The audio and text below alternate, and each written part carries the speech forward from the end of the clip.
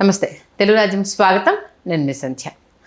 జనసేన అధ్యక్షుడు AP deputy CM Pawan Kalyan గారు చాలా రోజుల తర్వాత జనసేన కార్యకర్తలకు, నేతలకు, అలాగే అభిమానులకు అందుబాటులోకి రావడం జరిగింది. నేను ఒక మీటింగ్ కూడా పెట్టడం జరిగింది. ఈ నేపథ్యంలో మీటింగ్లో చాలా ఆసక్తికర వ్యాఖ్యలు చేశారు. పక్క రాష్ట్రంలో ఎవరో గెలిస్తే ఏపీకి ఆపాదించడం ఏంటి, అసలు తనను టార్గెట్ చేయడం ఏంటి అన్న కోణానికి సంబంధించి ఇంట్లో పెళ్లికి కుక్కల హడావుడి అన్నట్టుగా మన ఇంట్లో పెళ్లి జరుగుతుంటే ఎవరో వచ్చి ముందర హడావుడి చేస్తారు కదా, అలా ఉంది. మన వాతావరణ పరిస్థితులు ఏంటి, మన ప్రాంత భౌగోళిక పరిస్థితులు ఏంటి, మన దగ్గర ఉన్న అనేక అంశాలకు సంబంధించి ఎలా పోలిక పెడతారు. మరి 2019లో నిలబడ్డాను కదా, 2 చోట్ల ఓడించారు కదా, అప్పుడు నేను అదే ప్రయోగం కదా చేసింది. అప్పుడు గెలిపించకుండా ఇప్పుడు ఇక మాట్లాడడం ఏంటి, ఈ అవాక్కులు చవాక్కులు ఏంటి. అయినా నేను ఒక కులానికి సంబంధించి ఆపాదించే నాయకుడిని కాదు, నేను అన్ని కులాలకు మతాలకు సంబంధించిన వాడిని అంటూ ఆయన చేసిన కామెంట్స్.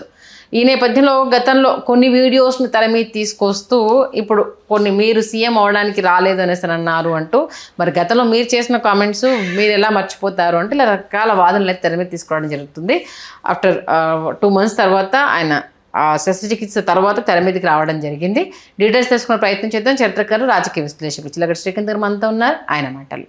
శ్రీకాంత్ గారు నమస్తే. నమస్కారం సంధ్య.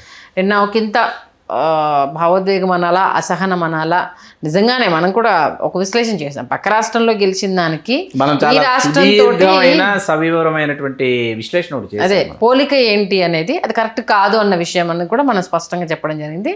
నిన్న అంటే ఇంకా ఆయనకు ఏ రేంజ్లో అభిమానుల నుంచి ఒత్తిడి పెరిగింది అనాలా, లేకపోతే తెలియకుండా పార్టీ కార్యకర్తలకు, నేతలకు ఒక రకమైన నిశ్చేజంలో వెళ్ళడం వల్ల ఆయన కామెంట్స్ చేశారా? ముందుగా ఆయన చేసిన కామెంట్స్ని ఎలా చూడాలి? వాస్తవానికి మనం గతంలో పలు విశ్లేషణల ద్వారా మనము మాట్లాడుకున్నది ఏంటంటే, జనసేనలో ఏ రోజుకు ఆ రోజు ఎప్పటికప్పుడు కొత్త నాయకులు పుట్టుకొస్తున్నారా, కొత్త కార్యకర్తలు తయారవుతున్నారా, లేదా కొత్త కార్యకర్తల్ని తయారు చేస్తున్నారా అంటే లేదు అనే సమాధానమే వస్తుంది. లేదు అనే సమాధానం ఎందుకు వస్తుందంటే, ఒక limited arena, limited persons, limited public, limited voters, అట్లా వాళ్ళు మేమేం చెప్తే అది వినేటటువంటి వాళ్ళే రావాలి, మేమేం చెప్తే అది వినాలి, విని ఎస్బాస్ అని వెళ్ళిపోవాలి అనేటటువంటి ఒక వాతావరణం అక్కడ కనిపిస్తుంది మనకు. వాస్తవానికి రాజకీయ పార్టీల లక్ష్యాలు, లక్షణాలు ఎట్లా ఉంటాయంటే, ఎవరైనా ఒక కొత్త సంగతి తెలియజేసినప్పుడు, ఎవరైనా ఒక కొత్త అంశాన్ని లేవనెత్తినప్పుడు దీనిని రాజకీయంగా మనం ఏ విధంగా వినియోగించుకోవచ్చు, మన రాజకీయ పార్టీ ఎదుగుదలకు ఈ అంశం ఏ విధంగా ఉపకరిస్తుందని ఆలోచించిన వాళ్ళే చరిత్రలో రాజకీయ నాయకులుగా ఎదిగారు, పెరిగారు, వాళ్ళు విజేతలుగా నిలిచారు. ఇది ఎవరూ కాదనలేనటువంటి ఒక వాస్తవం. ఇక్కడ అనూహ్యంగా ఎవరో మొన్న మనం విశ్లేషణ చేసిన తర్వాత కింద ఎవరో విజయ్ గారికి సంబంధించి విజయ్ది తమిళనాడులో విజయ్ టీవీకే పార్టీది ఫ్లూక్ హిట్, ఇదేమి కని వినిరుగుని అని మీరు అంటున్నారు కానీ కాదు అని చెప్పి ఎవరో కామెంట్ పెట్టారు. చాలా చూసి ఎంతసేపు నవ్వుకున్నానంటే, మరి పవన్ కళ్యాణ్ గారు 21+2 21 శాసనసభ్యులు, 21 మంది, 2 ఎంపీలు, మరి దాన్ని ఫ్లూక్ హిట్ అనుకోవాలా, కంబైన్డ్ హిట్ అనుకోవాలా, లేకపోతే కాంబినేషన్ హిట్ అనుకోవాలా, ఏ విధంగా దాన్ని తీసుకోవాలో నాకు అర్థం కాల.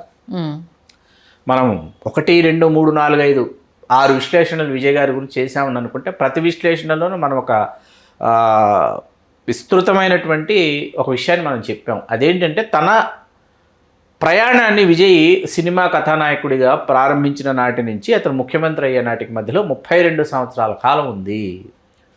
ఈ 32 సంవత్సరాల కాలం నేను గతంలో మరొక సుప్రసిద్ధ సినీ కథానాయకుడికి సంబంధించి నేను చెప్పాను. 32 సంవత్సరాలు తెలుగు నేల మీద కూడా ఎన్టీ రామారావు గారు after 32nd year chief minister అయ్యారు. ఆయన ప్రజల నాడి రామారావు గారు పట్టుకున్నారా, తెలుసుకున్నారా, లేకపోతే తన రాజకీయ పార్టీ నెలకొలిపితే వీళ్ళు ఖచ్చితంగా ఆమోదిస్తారా అన్న ఆలోచనలన్నీ ఆయన చేసింది 1978 ఎన్నికల తర్వాతగానే ఆయన ఆలోచించలా.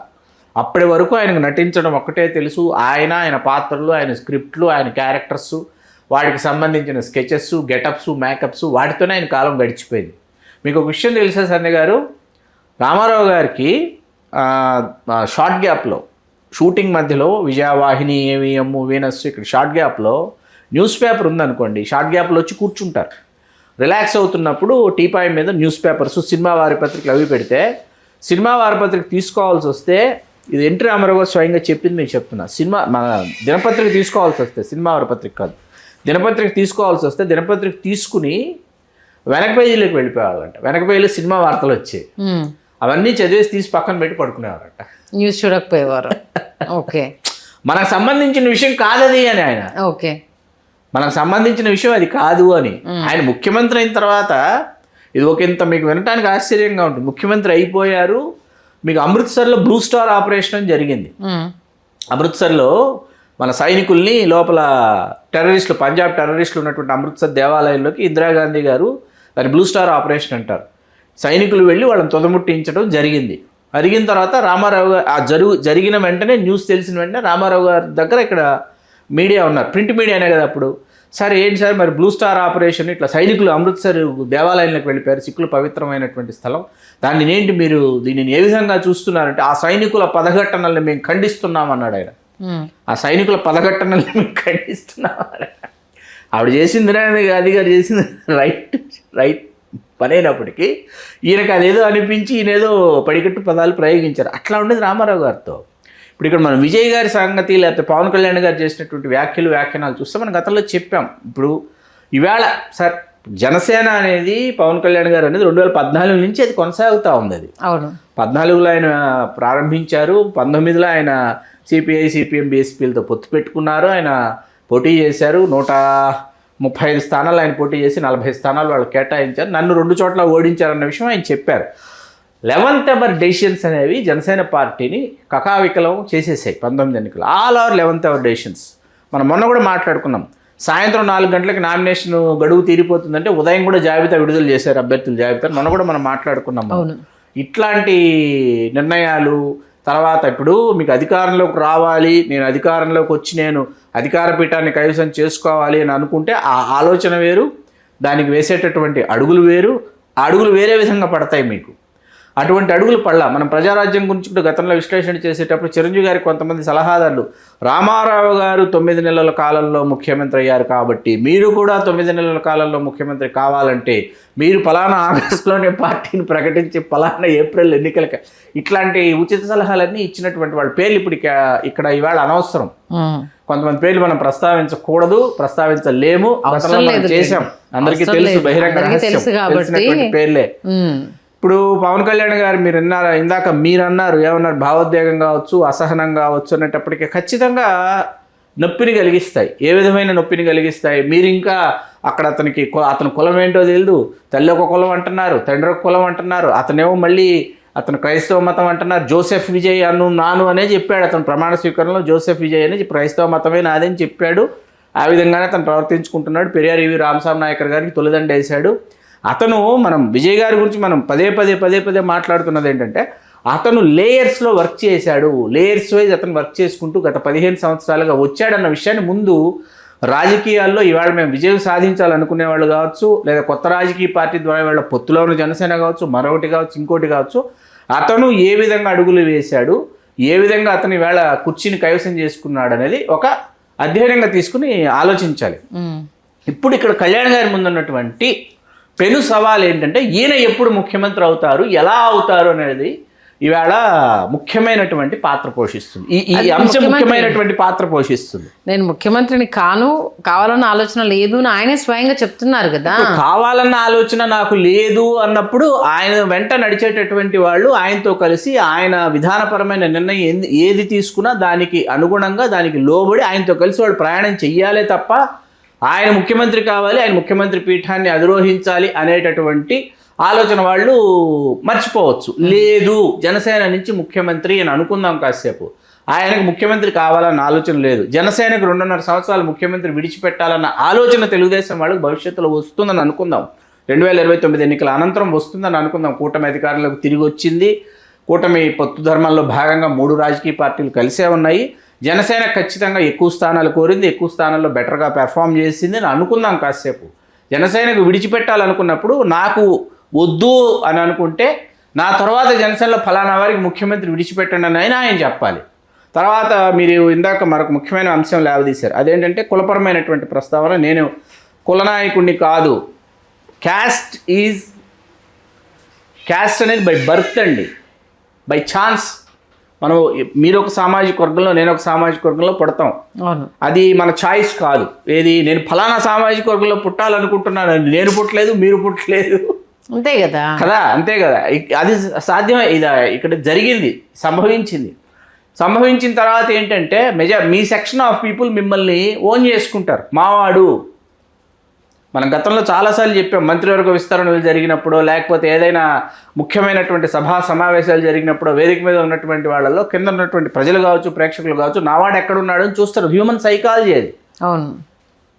మీరు చదువుకున్నన్ని 2 లక్షల పుస్తకాలు, పాపం 2 లక్షల పుస్తకాలు 20 పుస్తకాలు కూడా చదవని వాళ్ళు ఉంటారు, 200 పుస్తకాలు చదవని వాళ్ళు కూడా ఇవాళ ఉన్నారు. మీ వెనకాల తిరుగుతున్నటువంటి వాళ్ళలో మీరు 2 లక్షల పుస్తకాలు చదువుకున్నటువంటి జ్ఞానం భగవంతుడు మీకు ఇచ్చాడని మీరు పదే మీరు గతంలో తెలియజేశారు. ఇవాళకి మీరు గొప్ప చదువులుగా మేమందరం భావిస్తున్నాం, కాదనట్లా. కాకపోతే మీరు ఈ సామాజిక వర్గం కాకపోయి ఉండుంటే 2024లో ఈ విధమైనటువంటి ఫలితాలు వచ్చి ఉండేవి కాదు. మీరు ఈ సామాజిక వర్గం కాకుండా వేరే సామాజిక వర్గంలో పుట్టి మీరు వేరే సామాజిక వర్గంలో నుంచి మీరు పొత్తులో వెళ్ళి ఇన్ని స్థానాలు గెలవటం, ఆ పార్టీని తెలుగుదేశం పార్టీలోకి అధికారులకు తీసుకురావడం అనేది కల్లా.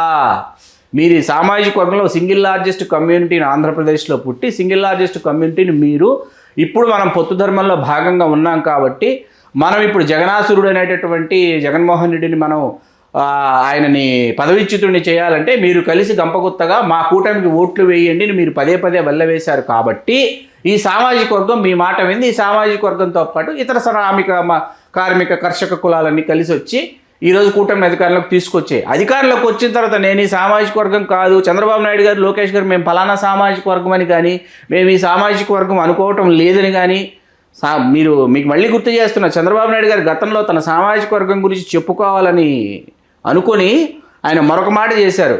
ఎవరూ కావాలని దళితుల్లో పుట్టాలని అనుకుంటారనేటటువంటి అది ఎస్సీ ఎస్టీ అట్రాసిటీ క్రిందకు వస్తుంది ఆ మాట. అవును. ఆ రోజు ఆ మేధావులకు, అది దళిత మేధావులకు గుర్తుందో గుర్తులేదో నాకు తెలియదు, కానీ అంత దూరం ఆయన ఆ మాట పదప్రయోగం చేశారు చంద్రబాబు నాయుడు గారు. మీకు అర్థమవుతుంది కదా. ఈవేళ సామాజిక వర్గమైన పరమైనటువంటి ప్రస్తావనలు, ఇప్పుడు కులాలని కలిపే ఆలోచన విధానం ఇందాక మీరే చెప్పారు. అన్ని కులాలని కలుపుకొని, అన్ని కులాలు కలిసి వస్తేనండి మీరు రాజ్యాధికారంలోకి వచ్చారు. మొన్న అన్ని కులాలు కలిసి కాదు కదా. మీకు జగన్మోహన్ రెడ్డి గారు నా ఎస్సీ, నా ఎస్టీ, నా బీసీ అంటే ఏఎస్సీ, ఏఎస్టీ, ఏబీసీ ఓట్లు వేసిందో మనం ఫలితాలు చూస్తే మనకు అర్థమవుతుంది ఎందుకు 11 స్థానాలకు ఆయన పరిమితం అయ్యారు. అట్లాగే రెడ్డి సామాజిక వర్గంలో ఆయన సొంత సామాజిక వర్గమే ఆయనకు ఓటు వేయలేదన్న విషయం, ఆయన కంచుకోట్లని చెప్పుకునేటటువంటి అన్ని నియోజకవర్గాల్లో కూడా ప్రతికూల ఫలితాలు వచ్చాయన్న విషయం మనకు అర్థమవుతుంది కదా. అవును. మీరు ఈ సామాజిక వర్గానికి చెందినటువంటి నాయకుడిగా ఈ సామాజిక వర్గం నా నుంచి ఎంతో కొంత ఆశిస్తుంది అన్న ఆలోచన మీకు ఉన్నట్లయితే, మీ సామాజిక వర్గం మీ నుంచి ఎంతో కొంత ఆశిస్తుంది కదా. నావాడు అక్కడ ఉన్నాడు, అందలం ఎక్కాడు అంటే నావాడు నాకు తిరిగి ఏమిస్తాడు, గివ్ అండ్ టేక్ పాలసీలో మీ నుంచి ఆశిస్తారు కదా. అంతే కదా. ఆశించినప్పుడు ఈ సామాజిక వర్గం ఎదుర్కొంటున్నటువంటి సమస్యలు ఏంటి, ఈ సామాజిక వర్గం ముందున్నటువంటి సమస్యలు ఏంటి, ఈ సమస్యలను ఎట్లా పరిష్కరించాలని అనుకుంటున్నారు, ఎందుకు వీళ్ళు పరిష్కరించలేకపోతున్నారు, ఎందుకు కొన్ని స్థానాలలో ఫస్ట్ ప్లేస్ ఆఫ్ ఓటర్స్గా ఈ సామాజిక వర్గం ఉన్నటువంటి స్థానాలలో వీళ్ళు ఎందుకు దశాబ్దాల తరబడి పోటీ చేయలేకపోతున్నారు అన్నటువంటి ఒక అధ్యయనం మీ రాజకీయ పార్టీతో కొనసాగుతూ దశాబ్ద కాలంగా మీ చుట్టూ ఉన్నటువంటి మేధావులు, విద్యావేత్తలు, విజ్ఞానవంతులు వాళ్ళందరూ కూడా కలిసి కూర్చొని చర్చ చేయాలి. మీరు వాళ్ళతో చర్చించాలి. మీరు ఆ చర్చే చేయకుండా ఇంకొక మాట మాట్లాడారు, అందరూ నన్ను విడిచేసి వెళ్ళిపోయారు, పారిపోయారు అని అన్నారు. అవును. ఓడిపోయిన తర్వాత అందరూ విడిచి పారిపోయారు అంటే వాళ్ళు ఎందుకు విడిచి వెళ్ళిపోయారని వాళ్ళు అంటున్నారు పదే. వాళ్ళందరూ వేళ సమావేశం అవుతున్నారండి. లక్ష్మీనారాయణ గారు, తోట చంద్రశేఖర్ గారు, చింతల పార్థసారథి గారు, పాపిశెట్టి రామ్మోహన్ రావు గారు వీళ్ళందరూ సమావేశం అవుతున్నారు, కూర్చుంటున్నారు. పవన్ కళ్యాణ్ గారితో కాదు, వాళ్ళందరూ కూర్చుని మన సామాజిక వర్గం యొక్క అభ్యున్నతి ఏంటి, మన సామాజిక వర్గం నెక్స్ట్ లెవెల్కి వెళ్ళాలంటే మనం విఘ్నులైనటువంటి ఐఏఎస్, ఐపీఎస్, ఐఆర్ఎస్ రిటైర్డ్ అయినటువంటి వాళ్ళ సలహాలు కానీ సూచనలు కానీ ఆయనకు అవసరం లేనప్పుడు మనం ఆ పార్టీలో ఉండి ఆయన మీద ఒత్తిడి తీసుకురావడం కంటే పార్టీలో నుంచి వెలుపలికి వచ్చి ఆయనకు బ్యాక్ ఎండ్ నుంచి మనం సలహాలు సూచనలు పంపిద్దాం. సలహా మీరు స్వీకరించవచ్చు, ఉచిత సలహాని మీరు కొట్టిపారేయవచ్చు. మీకు అర్థమవుతుంది కదా. మరి ఆ రోజు మరి పివి రావు గారు ఐఆర్ఎస్ రిటైర్డ్ నాయకత్వంలోనే ఇంతమంది ఐఏఎస్, ఐపీఎస్, ఐఆర్ఎస్ రిటైర్డ్ వాళ్ళందరూ కూడా మీ పార్టీ గుమ్మం తొక్కారు. తొక్కిన తర్వాత వీళ్ళందరూ నాకు అవసరం లేదు మీరు చెప్పారా లేకపోతే వాళ్ళు వైదొలిగారు అన్నది ఒకసారి ఆత్మపరిశీలన చేసుకోవాలి.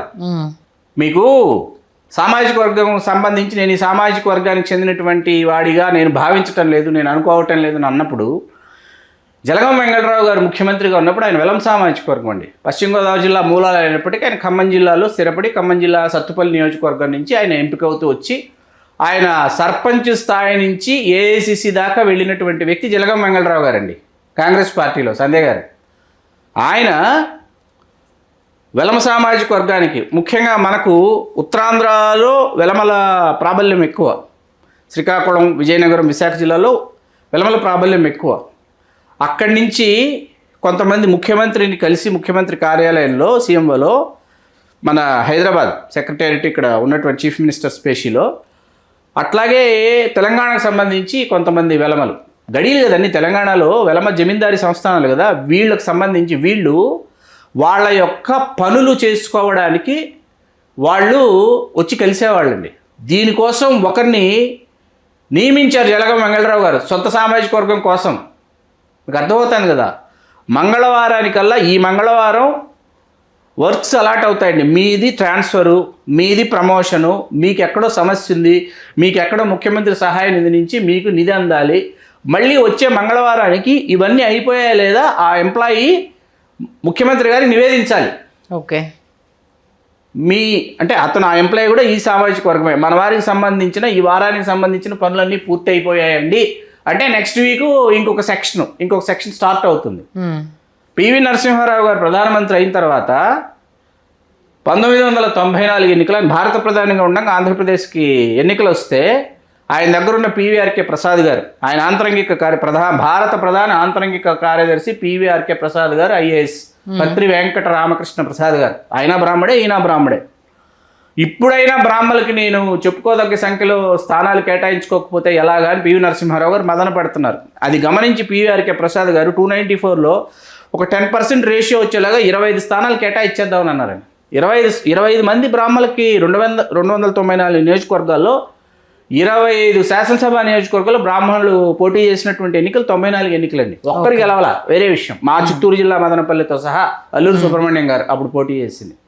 294 నియోజకవర్గాల్లో 25 మంది బ్రాహ్మణులకు ఆయన కేటాయించుకున్నారు. దీన్ని ఏమంటారు?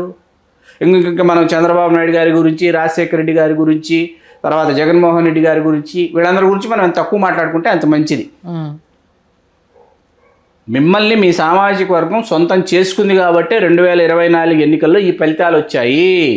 మిమ్మల్ని మీ సామాజిక వర్గం వద్దు అని అనుకుంటే ఫలితాలు ఎలా ఉంటాయి కూడా చూస్తామేమో తెలియదు. ఓకే, మీరు సొంతం చేసుకుంటేనే వాళ్ళు మిమ్మల్ని సొంతం చేసుకుంటారు. వాళ్ళు వద్దు అనుకున్న రోజు, వాళ్ళు విడిచిపెట్టేద్దాం అనుకున్న రోజు ఎలా ఉంటుంది తెలియదు. ఎలా ఉంటుందో అది కూడా చూస్తామేమో తెలియదు. చూద్దాం. మీరు అన్నట్టుగా అంటే అది ఏ ప్రకారంగా అన్నది ఇప్పుడు ఆ స్టేట్మెంట్కి రేపు మళ్ళీ ఇంకా ఏం సమాధానం వస్తుంది అనేది మంచి విశ్లేషణ అందించారు. ధన్యవాదాలు శ్రీకాంత్. ధన్యవాదాలు సంధ్య. హలో, తెలుగు రాజ్యం ఛానల్ చూస్తున్నారా? సామాజిక, రాజకీయ, జీవన చిత్రణే తెలుగు రాజ్యం. అతిశయోక్తులు, అసత్యాలు ఉండవు. రాజకీయ కోణం కాదు, ప్రజా కోణమే కొలబద్ద. తెలుగు రాజ్యం వీక్షణ మీ ఉత్తమ అభిరుచికి నిదర్శనం.